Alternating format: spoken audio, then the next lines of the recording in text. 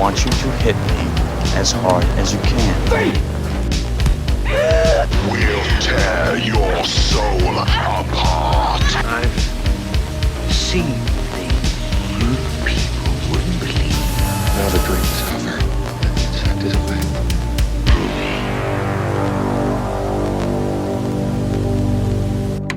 away. Hey, what's up, everybody? This is Talking Movies. My name is Josh. My name's Chris. What's up? I'm Randall with the Punk Rock Review. Yeah, and this was Randy's pick today. We're talking about 1999's Three Kings from David O. Russell. Randy, yeah. Give us the synopsis. Man, it's weird, dude. It's like Ocean's 11 during the Iraqi war. It's like it's so dated because of what it's about, but it's also dated because of the style. It's these three different grades of soldier, three different rank soldier end up coming across a piece of knowledge, like it's a map hidden on a person, and they find out that there's got to be like, what is it, Kuwaiti gold bullion, and they're going to basically go take this. And they're like, hey, look, man, Iraq is fighting Iran. They don't care about us. We can get in, get out. They're not going to bother us. And it is George Clooney as the commanding officer. Ice Cube is beneath him. And then beneath him is Mark Wahlberg. And then some redneck cat that I don't really know, but it was pretty good in the movie. That is Spike Jones. The director, Spike Jones. That was Spike Jones? Jones. And it was like he directed Being John Malkovich the same year. Like I think he finished directing that movie and then went straight into this movie. That blows my mind. It was weird seeing him in this. It's just like, he's gone on to do so much since then. Hold on. I got... You got a map in your ass? I thought you were fart. I got some...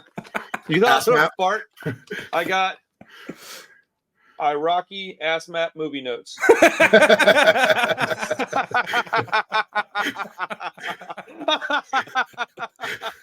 Of course you do. Oh man. No, dude, it's like, okay, so when this movie came out, I didn't care about Ice Cube. I didn't care about Mark Wahlberg. I didn't care about George Clooney. It was 99, bro. I was 17. I was at like the height of my rebellion as a young man. Well, and so all those guys were pretty fresh too. Correct. Yeah. With the exception of maybe Clooney. He was around for a while, but not necessarily in movies. He was TV. He was in Roseanne for I remember Clooney from when I was a kid. Yeah, I mean from like ER and stuff, but he was just becoming he was like he had just George done, Clooney. Yeah, he had just done like Out of Sight and just becoming a movie star. That's a good movie too. So this is the first movie that I saw. Okay, so if you were to talk to me for very long about movies that were like mainstream film, you'd understand real quick that the three people that I really like are Mark Wahlberg, George Clooney, and Ice Cube. And it's because of this movie. This movie is, while it's to some degree, I would imagine, satirical, it's also like, man, tugs on the heartstrings, dude. There's a few scenes in this movie that are super, super heavy.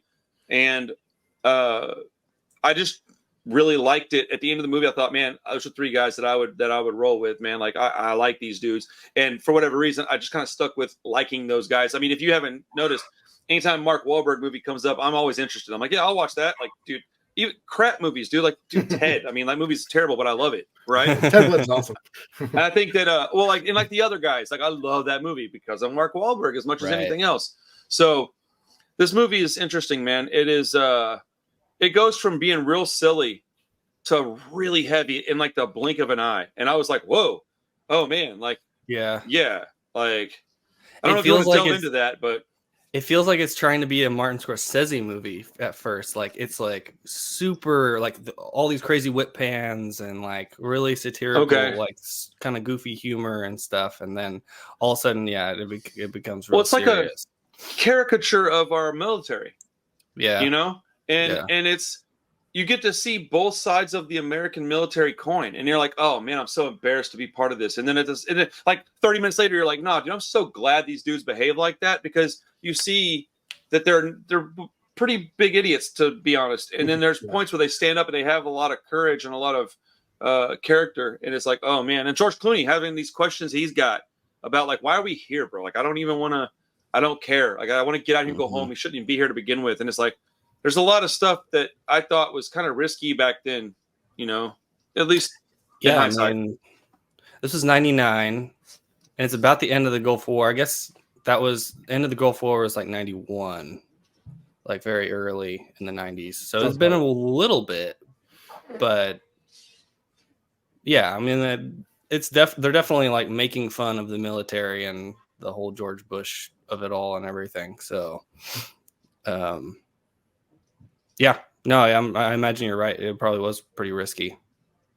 Well, back then we weren't as divided. Being like a proud American wasn't looked at as bad. That was pre 9/11. Yeah.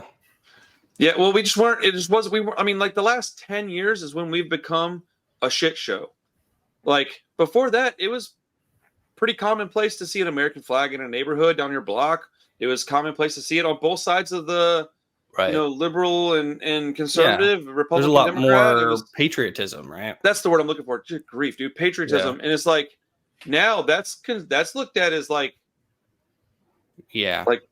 bad.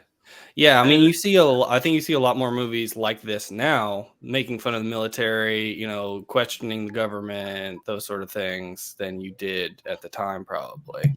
I would agree with that. Yeah, that's probably true. Yeah, I was kind of thinking about that while I was watching it for sure. I was like, this was probably pretty controversial at the time because just how big of idiots they make them look like. Well, the acting didn't have to be. I think they were really lucky to make this movie the way they made it because the acting kind of came in second or third to the story. The story was what was important, and you had a lot of like little character actors that were able to hold up a lot of the scene. Like, look at the dude that played the. He had the green shirt with the shoulder pads on it, and he played Saddam's buddy. Like that guy's in a lot of stuff. Yeah, and then the guy that had the thing in his mouth and the one father. Who lost his. Yeah, he's in a lot of stuff. So those guys were able to hold a lot of these scenes up where they're just like quality actors, where you have maybe the inexperience of a young Mark Wahlberg and Ice Cube, that were serviceable. I didn't think they were bad personally. You might have a different opinion, but I thought they were fine. No, I thought kind of Clooney and Wahlberg kind of held it up. Clooney was good. Ice Cube, I feel like he's not really a great actor, and especially then that was early acting years. For him. Yeah, so I was going to say it was probably really early in his career, and he's still that great of an actor. Not really. No, but he plays Ice Cube and everything is what it is. Yeah, but he's gotten more used to being on camera and stuff. Like this was pretty early for him. He was okay, but he had a few deliveries. I was like, the two that I saw that were like actively bad were the black guy that was in charge that was yelling at Clooney. His direct commanding officer. Yeah. I don't remember his name, but I recognized his face. He was in a lot of stuff. And then the guy. Yeah, he plays that guy in like a ton of like TV. Yeah. And then, there's also the guy that played a character in Fight Club, but he was also the dad in Iron Claw. Both of those dudes were really bad in this movie. Like they were very rigid. I don't notice that very often, so it's got to be pretty bad for me. Like you could see them waiting for a line to end to then tell their line, and it's like, no, dude, shake it out, man, relax a little bit. I feel like if I was to jump on camera, I would be able to do at least that good immediately because I don't worry about that kind of stuff. And who knows what the deal was? I don't know. They could have just been hot and uncomfortable. I don't know. But this was one of David O. Russell's first movies, right? So very early for him. He probably wasn't doing a whole lot like a Scorsese or just somebody with a name would be doing to the actors to get them to right. Yeah, that matters. Yeah. Do y'all know much about like him, like David O. Russell? I don't. Not really. I mean, I don't really care about any of his movies that much. What else has he done? I mean, his big run was The Fighter with Mark Wahlberg. Ooh, I love that movie. Boxing movie. Mark Wahlberg's in like all of his movies. Yeah, cool. A lot of them. No, he's been in a few, I think. And then he did Silver Linings Playbook and American Hustle. Oh man, those are all awesome. You don't like those movies, Chris? I've seen American Hustle's okay. Yeah, dude, Silver Lining Playbook is amazing. I've never seen that one. Yeah, you'd probably take it. It's good. Megan would. I don't know. She might not. I mean, of the ones I've seen, those 3 are really good. Okay. The Fighter's fantastic. Yeah, Fighter's great. Fighter's really good. But yeah, I can see how if you haven't watched them or haven't watched them with a lot of attention paid, you'd be like, I don't really care about those because they have a certain sheen to them. This like major movie thing where you kind of go, okay, it came out, it was popular because of who was in it, not necessarily because it was good. I mean, his most recent one was Amsterdam, which kind of flopped, or it did flop.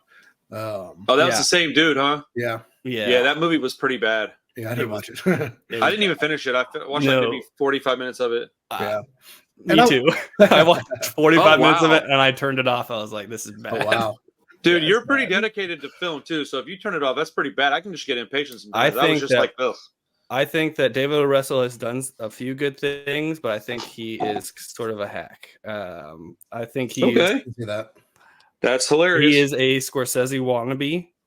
I think you can see that in his style a lot, especially later with like American Hustle. And he's known for being like a horrible, like a dick. Oh, that sucks. You could be a hack and be cool. People would be like, "It's all right though. He's a cool dude." Because I was gonna say like Scorsese is a good dude to model yourself after, but not if you're gonna be an asshole about it. Yeah, but yeah, right. Yeah, there's a few stories with him. Actually, this movie is one of his most famous stories. Him and George Clooney got into a fist fight. Oh, cool. Wow. like started trying to choke each other out. That's funny. And Clooney was like, "I'll never work with him again," because he hated it so much. Dude, George Clooney seems like a kind of guy that once you make him angry, it's probably not fun. Right. Because he seems really chill, and I'm like, usually the guys that are really chill have that button that when it finally gets pressed, it's like, oh, there's no coming back from that. And I've never heard anything but that he's like a really cool, like outstanding kind of guy, you know. We have a margarita named after him at Alamo, dude. Nobody else has a drink named after him there. Right, he's a pretty chill guy, I think. Yeah. So if you piss him off, so the story was, I don't remember all of it, but apparently an extra or something had a seizure and like fell out, and George Clooney like stopped what they were doing and went to help him. And David O. Russell just walked away, didn't care at all. So they got in a big argument and ended up fighting. Yeah, I mean, that is pretty low. Like that. You just leave somebody that needs your attention. He's known for like changing things like on the fly too, just like throwing throwing the script out the window and just being like, "No, we're gonna do this," and then like changing his mind all the time. That's really inconsistent and annoying. There's a famous kind of clip with him and another actress where he's like screaming at her, like just like calling her a cunt and all this crazy stuff. Wow. Yeah. So I'm not a huge fan of him, but I mean, I'm beginning to not be it myself. Yeah. Sheesh. But yeah, I mean, he's made some good stuff though. So, you know, dude. So, okay, what you just said reminded me of a story I heard today about Dave Portnoy. You know who that is, right? Yeah, I think so. He owns Barstool Sports, and he does the one bite pizza road. I love the guy because he stands on his shit. I don't necessarily agree with most of what he says, but I hate it when people will say and do things, act as if they're a certain way, and then when it comes down to it and standing up on what they said, they tuck tail so there's no consequences. He doesn't seem to be that kind of guy, and I like that about him. But he was saying he was yelling at this woman and on his staff, and he's like, he was not yelling at her at first. At first, they were just joking around, and he says like, yeah, in 5 years she's going to be so unattractive that if she's on camera, people are going to throw up, or they're not going to want to see that. And but he's like laughing, everybody's laughing, and she's like, I can't believe you would say that about me. And he's like, are you serious? And some guy goes, man, you should apologize. And he goes, no, I'm not going to apologize. And I literally had to stop what I was doing to listen. I was like, where's this going? And then she's like, I can't believe you said that. And he goes, look, it's a joke. And she's like, yada, yada, yada. And then she leaves the room crying. And he's like, you don't get to come in here and demand that I treat you like I treat the other male employees. And then when I treat you like I treat the male employees, you run out crying. This is a place where everybody's treated the same. I talk to my males like that all day long. You want to be included in these conversations, in these workspace meetings? This is how we talk. And I think that was kind of the point of that clip getting out, was that he was making her kind of eat her words a little bit because she complained till she got in this spot, and then it kind of blew up in her face. In fairness, I felt a little bad for her, but I was like, damn, this dude's crazy. But it made me feel kind of a similar way to the story you were just saying. But yeah. This movie was had either of y'all seen it yet? I had never seen it. No. Yeah, I'd never seen Chris? it either. Either of you like it? I liked it. I liked it. I had problems with it. It's pretty dated at this point, to be honest. Yeah. Like I kind of liked that it was dated, but that's because I'm terrible. Well, no, I mean, I was waiting for Josh to just like trash the editing and stuff. Editing editing needs some help. Yeah, I mean, it's just very of its time. It's like he's doing like the Tony Scott thing. I'd have to look at the timeline of when Tony Scott started doing that, but I think it was around the same time. It's like end of the 90s, early 2000s. Everybody's kind of started doing this, like the way oversaturated slow motion, like the slow motion scene, like when they got to the first place and they had that like shootout. They had like a little standoff outside. Yes, and then like it all slowed down and they started going and showing all the little things that were happening in this shootout. Yeah, it was so badly edited. I was just laughing. Some of the editing was poor, but I liked the concept of it. Like, this is an era of movies that I really like. So I'm just going to like stuff that's technically bad. And I like the layered imagery with the oversaturation where it looks like it's literally a photo of a dude laid on top of another background. But it's like, hey, wait, are they in the same place? But it's just two pictures? I like that. Like, I literally was like, oh, that looks dope. But, look at the stuff that I like, this artwork, What I kept noticing is that, like, from one angle, every, like, the background is completely glowing. Everything's lights like overexposed. Looks like they're in heaven or something. It's just like all the light is glowing. And then in the next shot, you have this like super bright blue sky behind them. Like, it's kind of inconsistent and just like really strange looking. See, this is the issue with me. I didn't even notice that at all.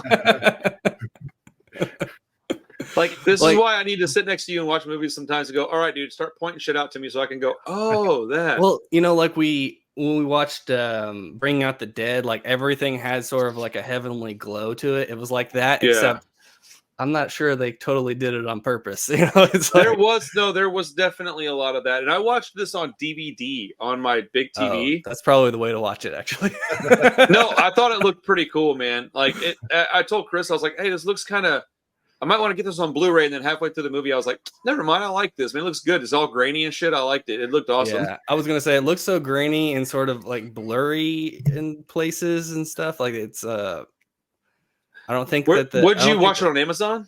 Yeah, I just rented it. Yeah, it might be like I don't know, whatever you'd call that, like a transfer issue where it looked even worse. It gets a downgrade because it's compressed or whatever. Yeah, the whole color grading and everything about it, like, I don't think that HD really does it much favors, to be honest.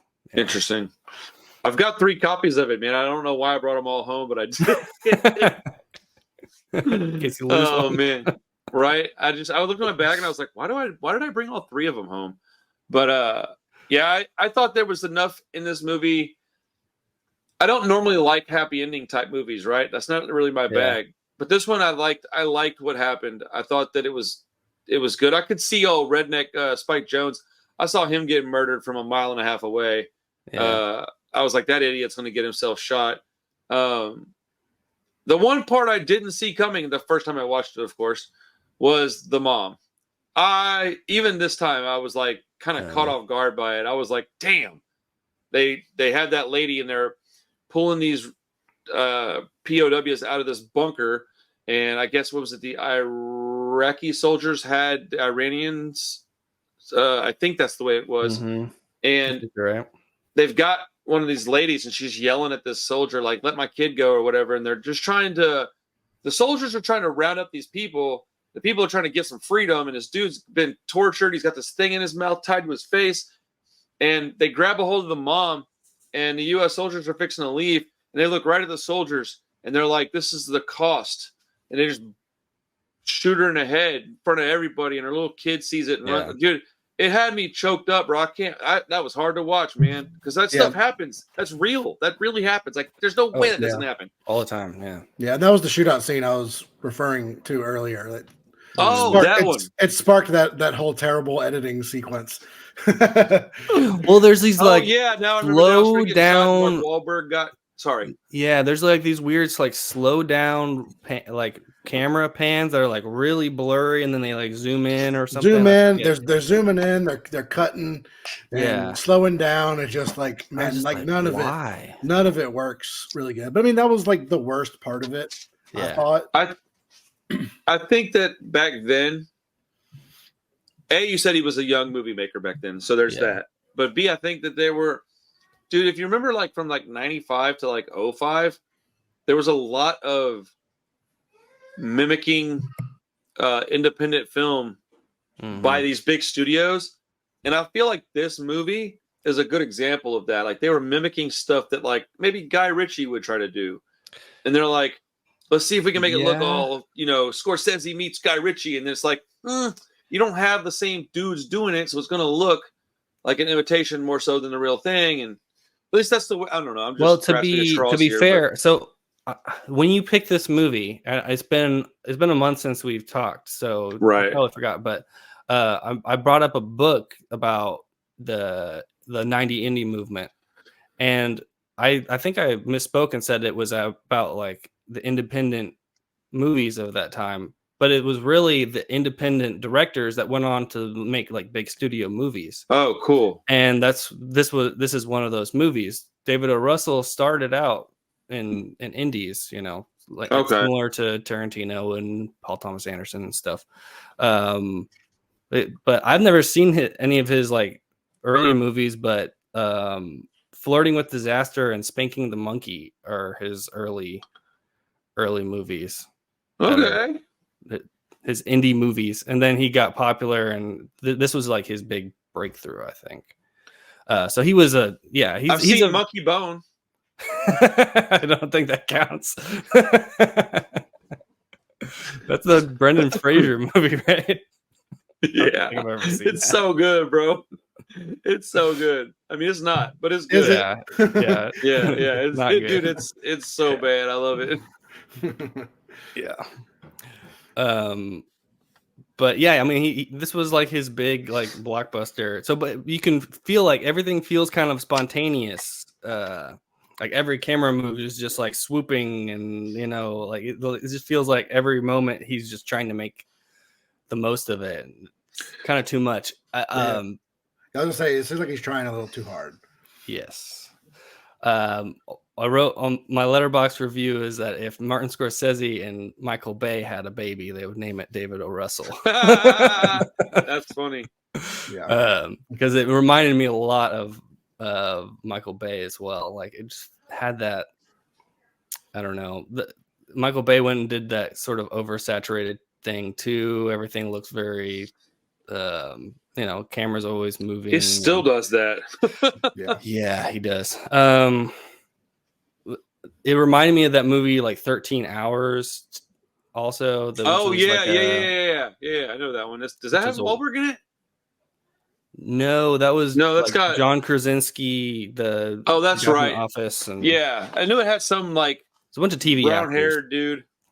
Yeah, but it reminded me a lot of this movie. It has sort of a similar look, but yeah, it's like it feels like he's trying to be highbrow and lowbrow at the same time, and it sort of works and it sort of doesn't. Like like you said, he's very sort of silly and irreverent. He's in the beginning, checking my style, man.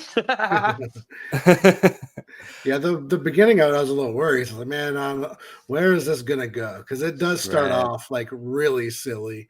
I mean, the ass map's pretty funny. Yeah.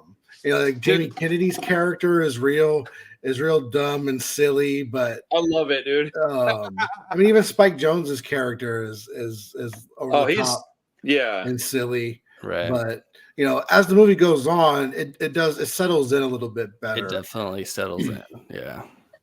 Yeah, no, it gets better as it goes along, I think. Yeah. George Clooney's banging out that blonde hair woman in that room. Yeah. Yeah, dude. Jimmy Kennedy's all trying to hit on that brown haired reporter. He's like, "You're beautiful. You got soft skin." She's like, "Ugh, bro."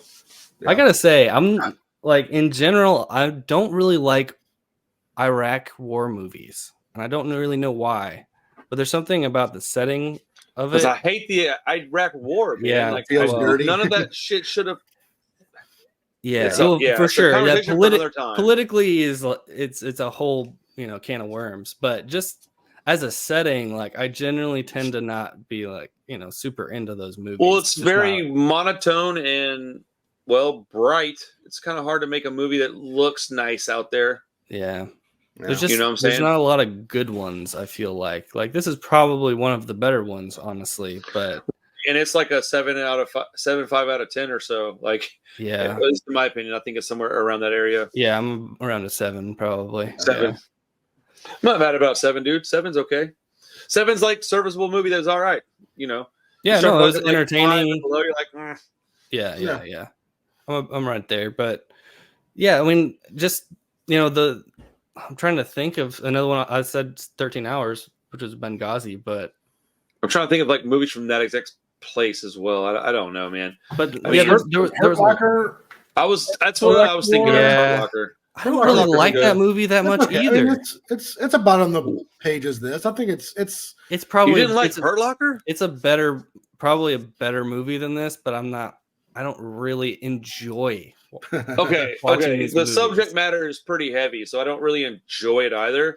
But I really like what's his face in that movie. Jeremy Renner. Hawkeye. Jeremy Renner. Yeah. Dude, I saw Jeremy Renner in a commercial recently. I think it was a really old commercial too, and he was like a cowboy in it. It was so weird, dude. Huh. Like he's a weird dude. He makes this like weird ass like country music. Like folk music stuff. Oh, maybe it's not an old commercial. It's super strange, but he had that like snowmobile accident. Yeah, I heard he like almost died. Yeah, he like almost died. I think he's finally like back to normal. Yeah, now, but he hasn't done anything since. He has a show on like Paramount or something, and I think he's just going back to it. Like he's just recovered enough to. Oh man, I hope he's all right. That sucks, dude. I mean, I never heard anything bad about the guy, so I hope he's all right. Yeah, no, yeah. I wasn't saying that as bad necessarily. Yeah, no, just his music is pretty bad. Clarify. Oh, is it? I won't try to say nothing bad about the guy, but his music sucks. He's a pretty cool dude, though. Man, that was I had a fun time watching this movie, man. I'm glad you guys didn't hate it. I wasn't sure what to think. I knew after I got done watching it that there was going to be flaws. Like I was like, okay, yeah. I've been watching movies with these guys long enough to know that they didn't outright love this film. But I was like, I hadn't heard any shit talking in the text yet, so I was like, all right, they're not mad at me for it, I guess. So no, it's not that kind of movie. No, it's a good. I mean, it wasn't in German or anything, so we're good. Yeah. I mean, the story was good and interesting. I mean, that helped it out a pretty good bit. I think that some of the weird stuff didn't really take me out of it too much. Right. The one thing that I liked about it that I thought they should have done more of somehow was the little explanation of the stray bullet, what it does to your body. Dude, I know they could have worked in more cool stuff like that because that was such a cool. It had a little horror element to it because it had like some body horror type shit happening in it. Maybe that's why I liked it. But I thought it was so cool looking, man. Just showing the organs and stuff. Yeah, how they explained all that. I thought, man, they could have done other stuff like that. I thought that Wahlberg getting shot and his lung collapsing, I thought that was pretty cool. Yeah. And I thought it was a really good, way to fix the scenario was to have him have to do that thing because that was hard to watch, man, pushing that thing in his chest. And then having them get arrested and handcuffed and having him in peril on the ground, like breathing heavy. I thought that was cool because the guy didn't know what to do. And I thought they made the right choice, too, because the guy kept looking up like, I don't know what to do. I don't know what to do. And I'd have been really pissed off if he'd have just reached down and been like, Sss. But no, he cut the thing so he could do it. I thought, that was the right choice, man. Because often in those movies, they don't make the right choice because it's kind of, that's an easy mistake to make is to make him reach down and do it himself when in reality we all know he didn't know how to do that. So he had to cut him loose to do it. Yeah, this is where like military movies piss me off a lot because the military is often so just rigid and they're following the rules or you're breaking the law or whatever. And it's like, come on, man, like right. You're all broke protocol thing. Like you're saving people. It's come on. It's military, not military movies, man. It's the military is like that. At least to my understanding. I look. I have all the respect in the world for dudes to go out there and sacrifice their livelihood and well-being for us to have freedoms to sit here and talk shit about them. Right? That's a serious thing. Freedom of speech is very, very important to me. Our country is not the greatest place in the world, but it is far from the worst. So I don't want to talk shit about them dudes, but I can't. I don't think I could be in the military. I would be court-martialed so fast, bro. I would be in so much trouble so quick. I'd have been in there for 3 weeks. I would have made it through basic training. Yeah. First time somebody tells you to do something, you're like, no. Yeah, fuck off. Yeah. It wouldn't take long. It'd be like some exercise shit I didn't want to do. Like, hey, 200 push-ups. Hey, fuck off. Like, oh, cool, come with me. I'm like, no. And then I'm getting dragged off in handcuffs. Like, but yeah, you're not exactly an authority follower. That's who. We need those people though. I was thinking that you do need me. I was thinking about. I meant the people that follow the authority. I don't know if we need you. Son of a bitch got me.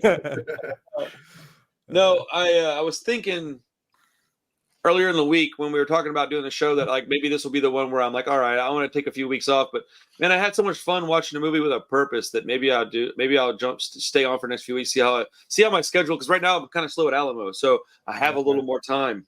And I was like, let me keep going. So I want to watch this week's movie too. And you're gonna want to watch mine. Cool. Oh, nice. We got a good one coming, huh? Yeah, I told y'all what it was. I think Josh probably remembered, but I think I know which. I sure as shit don't remember. I don't remember yesterday.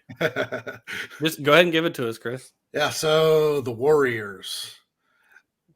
Come out! Come out and play. Yeah, I've never seen it. Hell yeah! I feel like it's kind of like an underrated, 70s movie. Like it doesn't. That is not underrated, sir. That is a bona fide classic. Yeah, I mean, like the people that love it, but I just feel like it's one that doesn't get talked about a lot.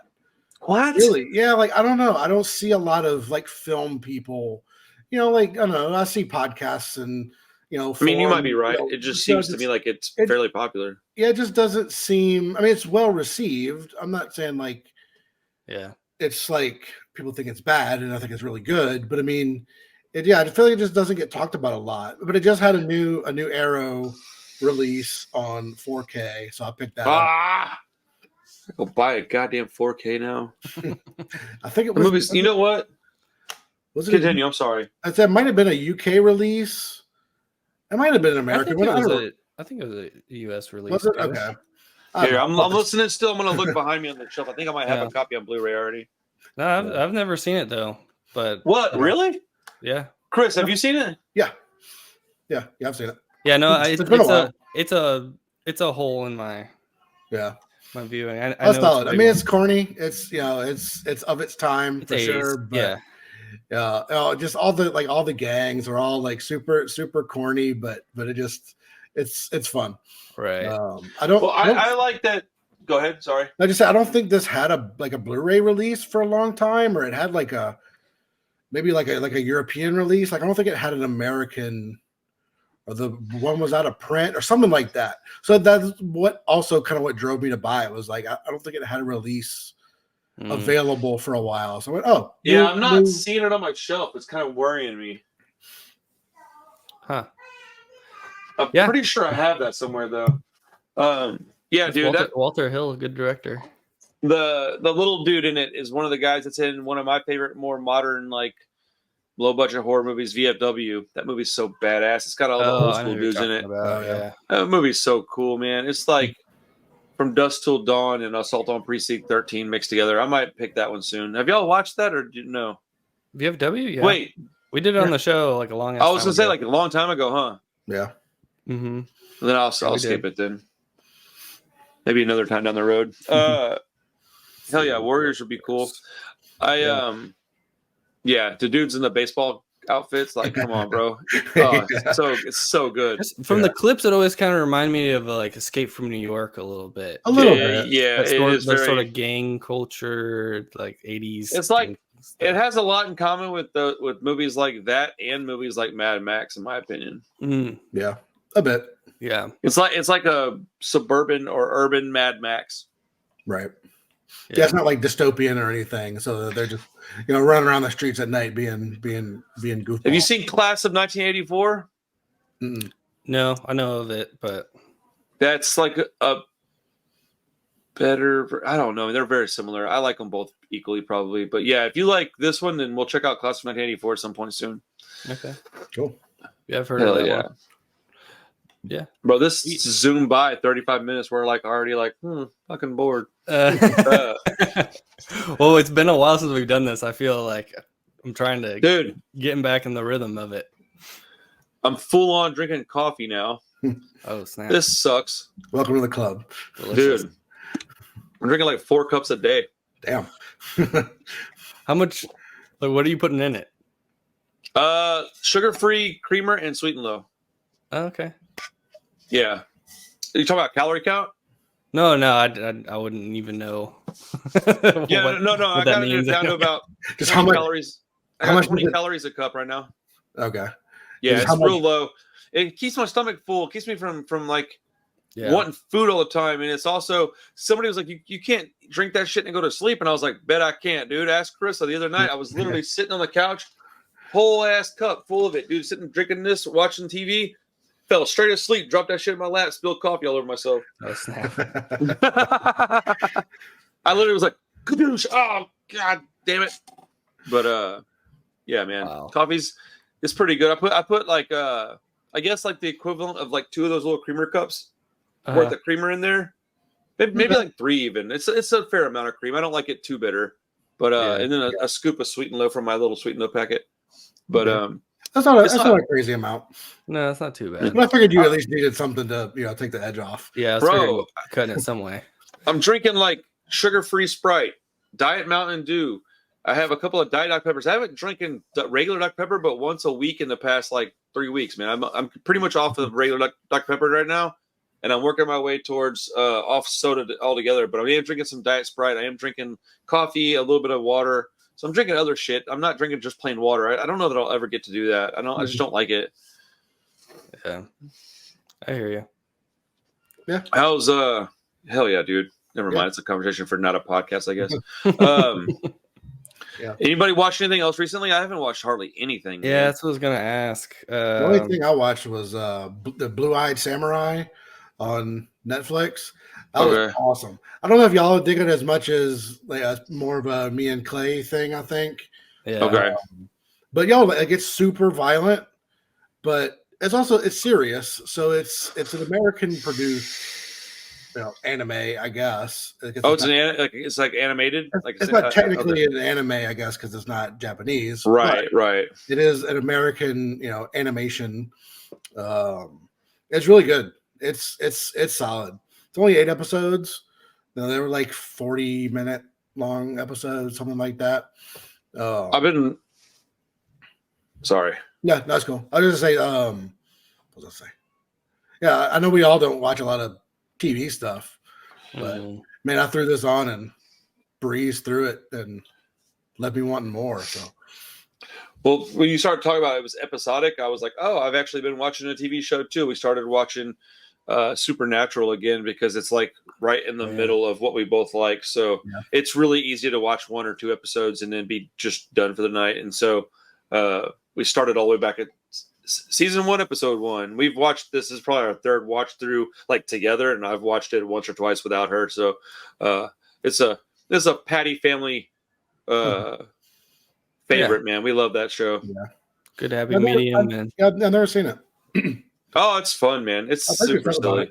I've seen a few episodes. I never went through the whole series or anything, but like the first, let's say 4 season, maybe the first few seasons are like really Scooby-Doo meets X-Files, but a little more serious and dark, right? Yeah, like I was gonna say episodic whodunits type things. Yeah. With X-Files thrown in there, right? And then like somewhere around like 4 or 5, they start introducing these long storylines where it no longer becomes episodic and you have to watch a season to get a story. And I honestly kind of like it because you get both. You get one half of it's like this, the other half's like that. And once it gets going, though, it gets dark, bro. There's some wild stuff in this show. Some really great character work. There's a lot of like good background characters that come and go, and it's cool, man. Yeah, nice for sure. Chris, did you try and watch the True Detective? No, I actually heard the second episode like was pretty good from what I was seeing around the internet in various places. So I was like, yeah, maybe I'll now that there's at least 2, I'll give it a shot. I'll give it 2 or 3 episodes. Yeah, I'm gonna try and give it another episode. The first one was really bad, like really bad. Yeah, and I love season 1 and season 3. I've tried multiple times to watch True Detective, and I could never get through it. Even season 1, I just didn't like it. Oh man, it's not bad. Like I just wasn't into it. Especially since you like Matthew McConaughey. I mean, that's why I tried to watch it more than once. Yeah, so good.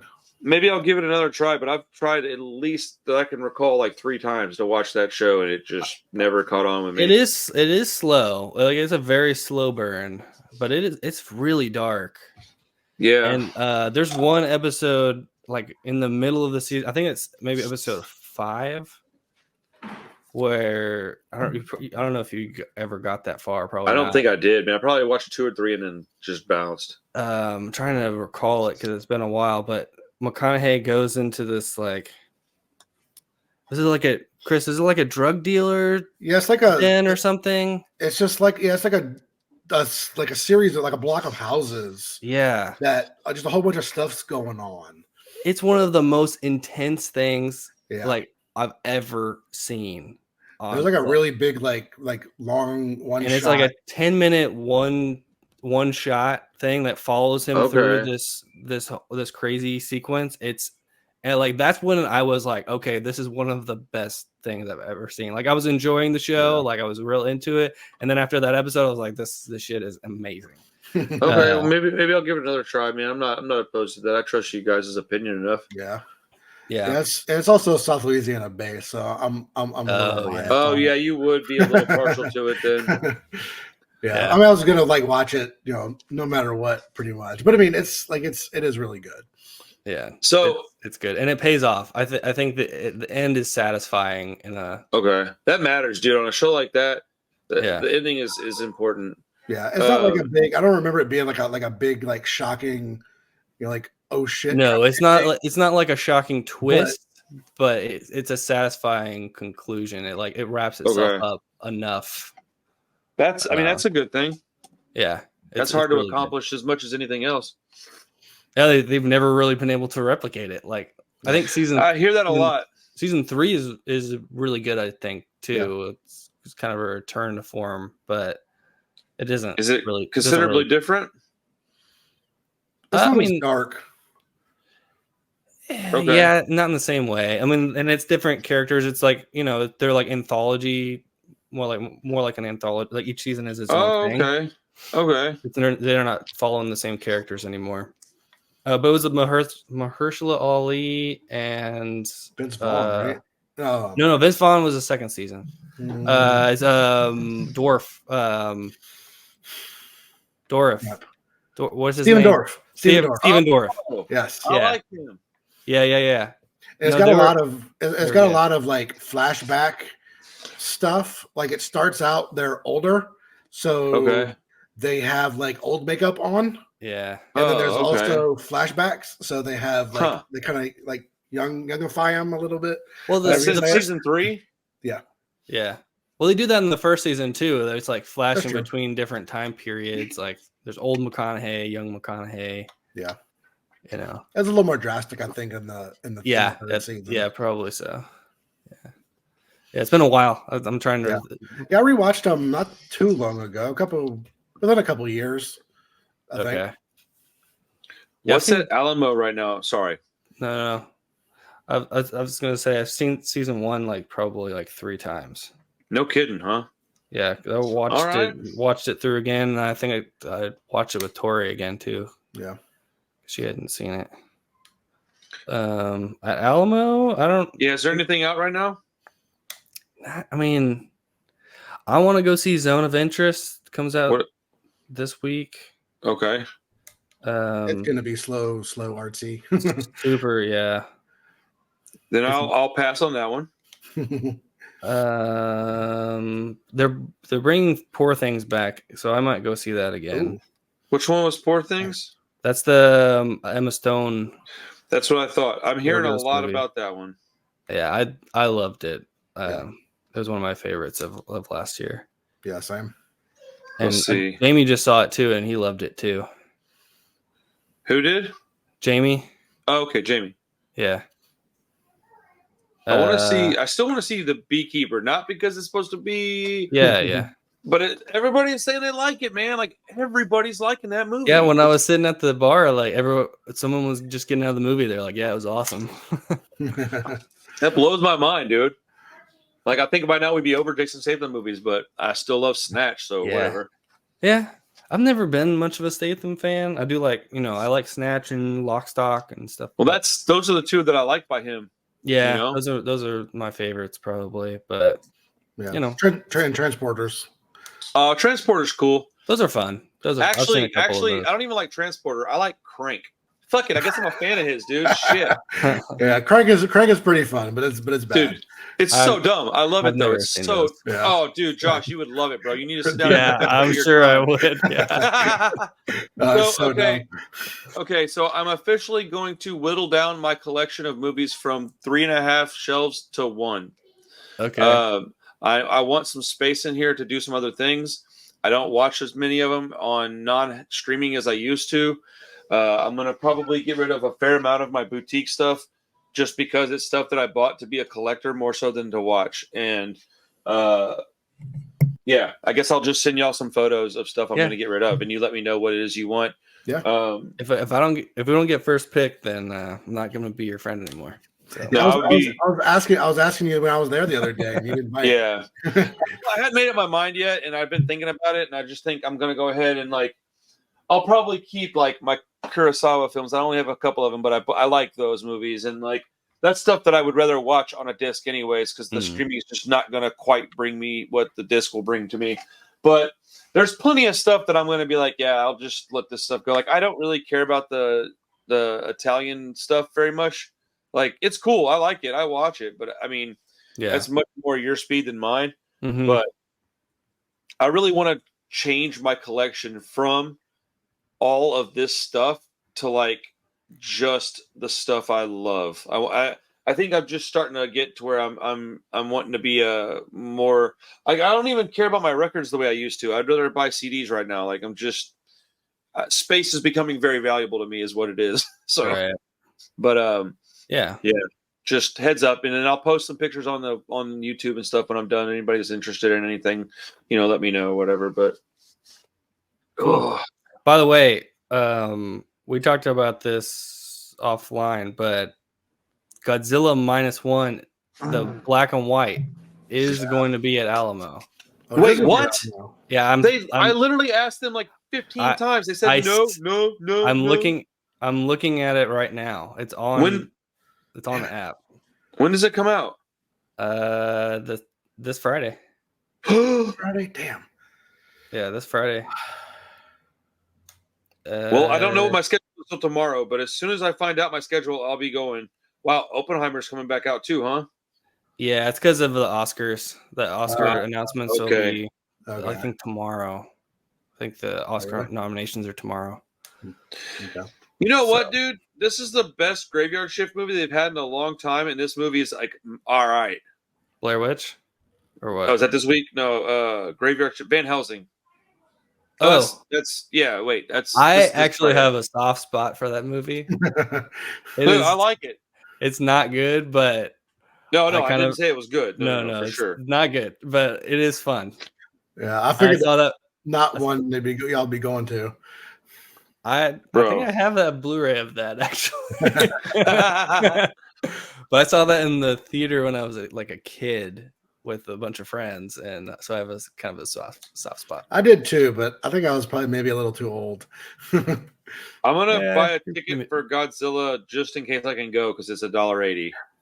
Yeah. Yeah. It's only playing at 6 o'clock. There's no way you can make that, huh, Josh? No. I can't. No. For sure. Neither of you can? Nope. Not at 6.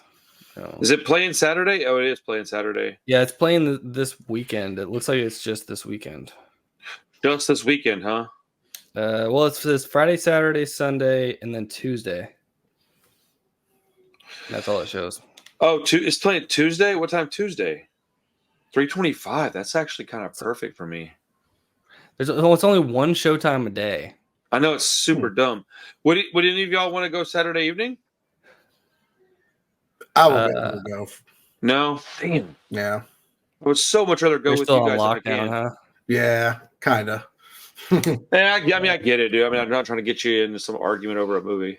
Yeah, now that I'm back into work, I'm pretty much working all day, every day. Yeah. So I'm not gonna bounce out. I'm just gonna hold off and wait till I get my schedule tomorrow, I guess, and just kind of see what's what. Yeah, I'm likely gonna work Thursday and Wednesday, so it'd be really awesome if you could get a poster or 2 posters, so you can have one and I can have one. I am almost positive that I'm not going to get a poster, but I would imagine they went as soon as names got put down as soon as they got. I haven't even seen them. I don't even know that we have them. Oh, I would think y'all did. If y'all shown it, y'all should get a poster, right?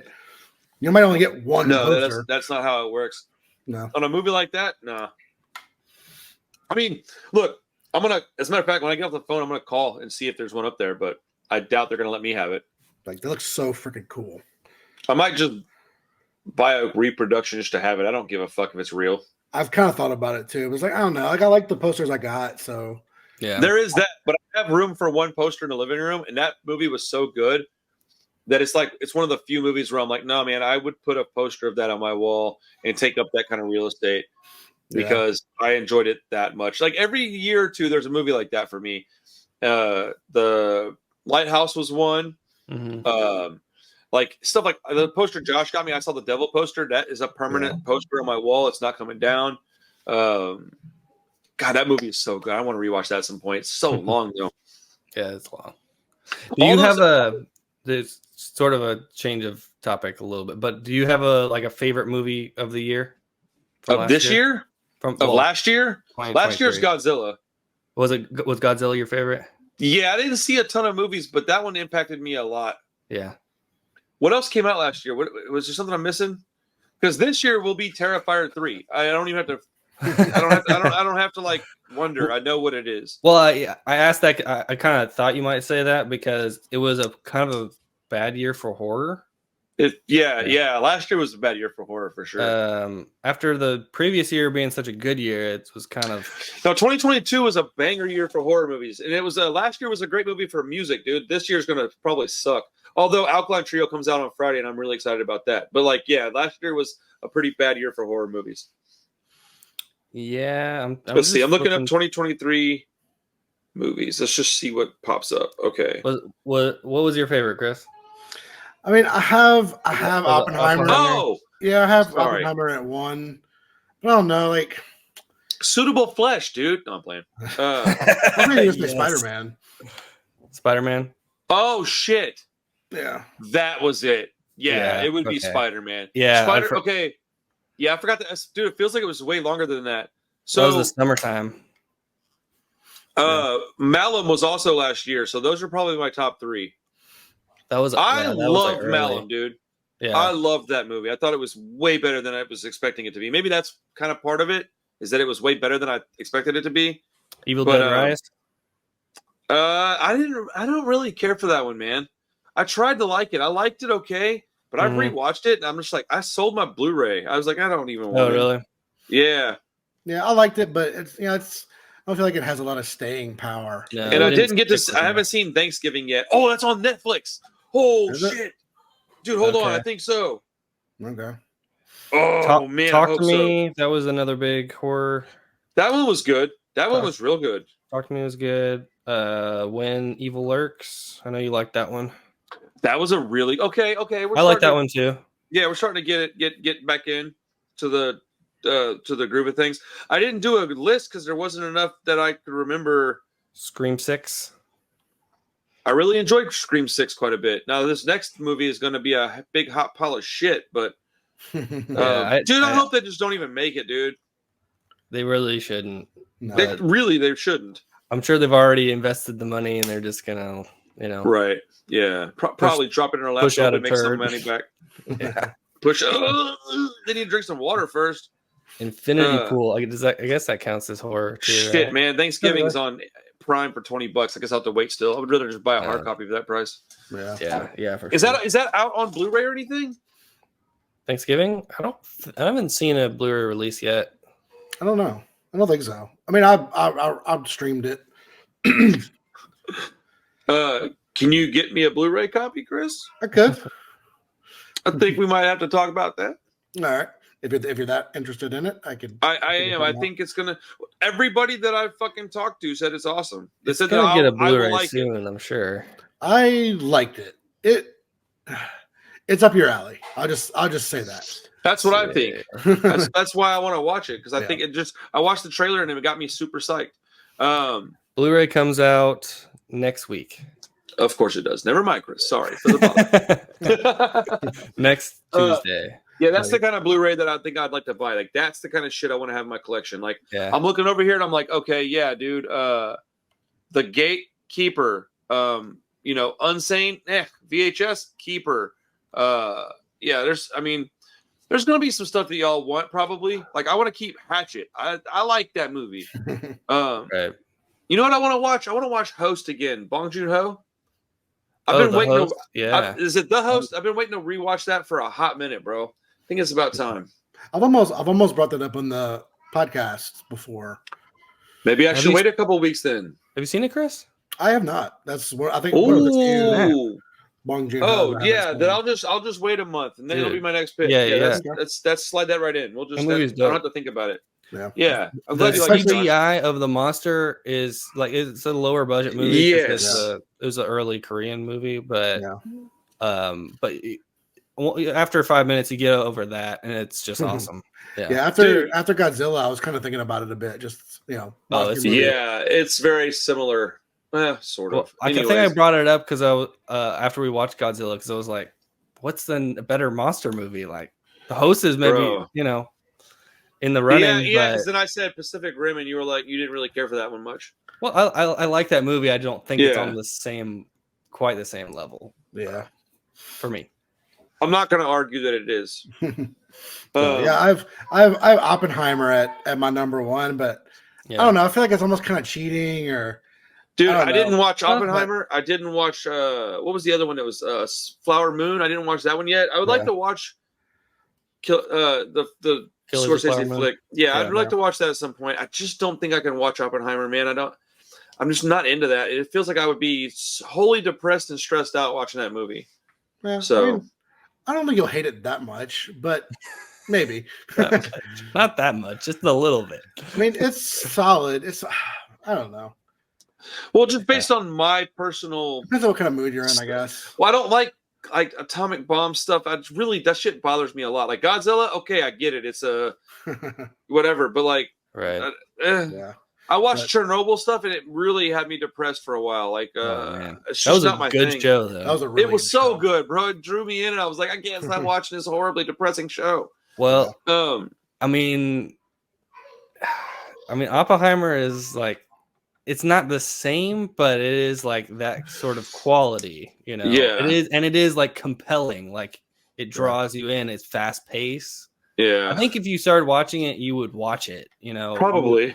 I don't think you get bored because the pace that he keeps the pace going. Well, it's good actors too. So I mean, there is a lot to enjoy with it. Have either super subject shift. Well, I was just gonna say. I got Beau's Afraid and Poor Things at my number 2 and 3. And I just feel like I need to bring those up more because I never watched Poor Things. Kind of my true, favorites of the year. Those are my. I think Oppenheimer's a little more enjoy. I don't know. Yeah, they're all kind of interchangeable. They're all kind of That's interchangeable. the Emma Stone one we were just talking about. Yeah. Okay. Yeah. I thought that's what it was, but I was like, I can't draw the poster in my head. I haven't seen that one yet. I still want to. I heard it was cool.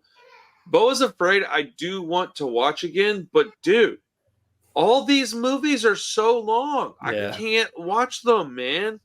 There ain't no way I can convince Carissa to watch it. Dude, I told her the other day, I was like, hey, you want to watch whatever it was? And she's like, how long is it? And it was like 100 minutes. And she was like, that's a little long. And I was like, yeah, we just passed. 100 minutes. It took, dude, it took us.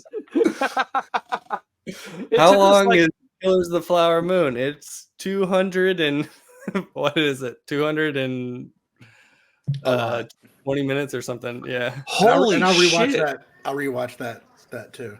Did you? Dude, like we watched it took us like a month to finally sit down and watch Eastern Promises because it was like 110 minutes. But yeah, that's one we watched recently was Eastern Promises. That movie is so good. I like it. Awesome. No, I it's haven't good. seen that in a while. I want to watch The History of Violence again too. That's one I haven't seen but like once.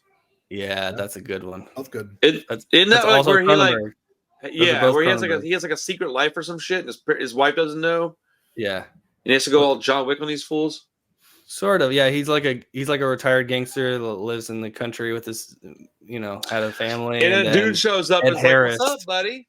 Ed Harris with the scar on his face shows up. And he's like, "I know." That's who it was. I love Ed Harris. Yeah. Yo, hey, That's real a dope quick before movie. we go, what are some of your favorite character actors, dude? Because Ed Harris would definitely be in like the top 5 for me. Oh my god, there's so many, dude.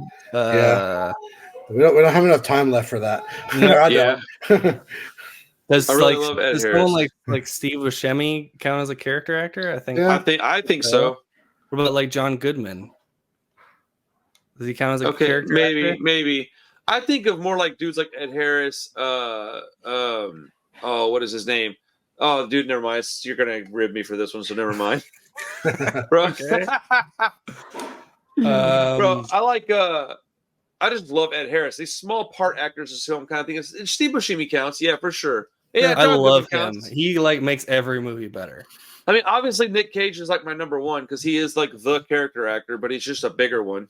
I think he counts as a character actor. Yeah, it's like saying like Gary Oldman, and that's kind of Okay. If John Goodman doesn't count as a character actor, then I just said John Goodman counts. okay. Yeah, I said You're a little yeah, dubious guys, of it, though. You're a little dubious of it. It took me a second to think about it because yeah, absolutely John Goodman. I think he is. But Ed Harris is probably one of my top couple. Man, I love that dude. It is a good one. Yeah, he's awesome. I think of people like Harry Dean Stanton. Who's that guy? I know that name. You remember Repo Man? He's a skinny white guy. He's always smoking a cigarette. Yeah, hold on. I do know that guy. He's in a ton of movies, but he's he's just that awesome. guy. Yeah, he's always awesome. Great character actor. Yeah.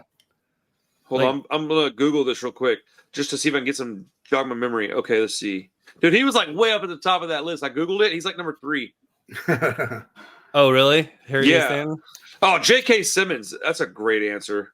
He's good. Yeah. Walton Goggins. That's my guy. I love Walton Goggins. Not my favorite, but he is awesome. He's cool. So what about yeah. does Samuel L. Jackson count?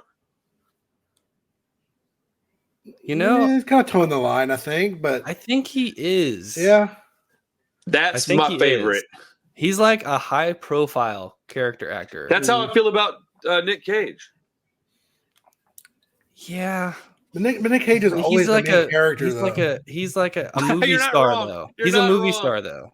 Okay. I think Samuel L. Jackson kind of is a movie star too. I just think you can't be the main character in everything. Right. And Nick Cage is. Samuel L. Jackson isn't. I mean, he's got some main character films. Ooh, Michael Pena's great too. And Jonathan Banks, he's great. I really like the Steve Buscemi. Walton Goggins is great. I think Walton Goggins is one of my favorite. That guy's awesome. Yeah, he's cool. Philip Seymour Hoffman. Yeah. William H. Macy. William Dude, H. Philip Macy. Seymour Hoffman for sure. Yeah. Yeah, because he often will play like side characters and stuff, but he's always He awesome. plays like the random small roles. You're like, what is he doing in this well, movie? the last movie we talked about was Boogie Nights, and he's like, dude, yes, John C. Reilly.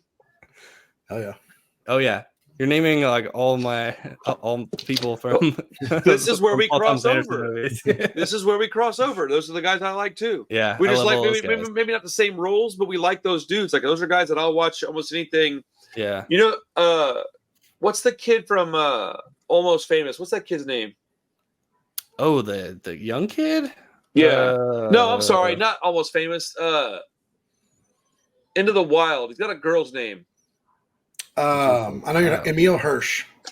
That guy's great. I don't know if he would be considered a character actor or not, but I really like him.